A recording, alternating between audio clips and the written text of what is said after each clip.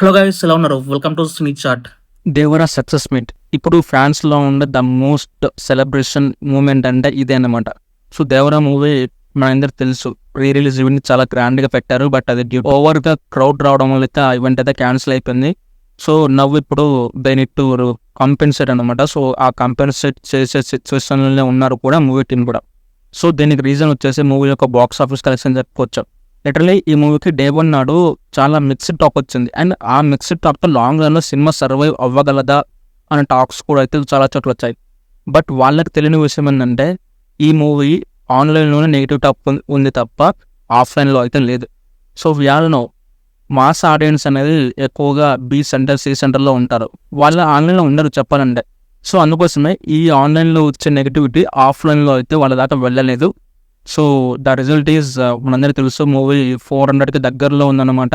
ఏమి 400 కూడా వచ్చినా రావచ్చేమో ఈ 1 or 2 డేస్లోనే. అండ్ కొన్ని చోట్ల బ్రేక్ ఈవెన్ కూడా కంప్లీట్ అయిపోయింది. అండ్ కొన్ని చోట్ల ప్రాఫిట్స్లోకి ఎంటర్ అయింది కూడా already. So now coming to the topic.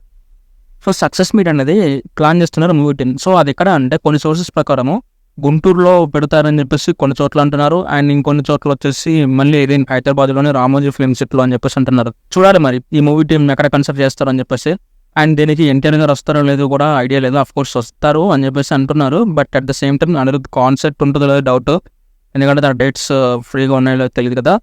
So which is going to be huge celebrations అయితే అర్థమవుతుంది. సో దాని గురించి సంబంధించిన ఇన్ఫర్మేషన్ అంతా విత్ ఇన్ ఈ వీకెండ్ ఉంటుంది కదా. సో ఈ వీకెండ్ అయిపోయేలోపు దేవరాయ యొక్క సక్సెస్ మీట్ గురించి అయితే అనౌన్స్ చేస్తారని చెప్పేసి అయితే టాక్ నడుస్తుంది. చూడాలి మరి.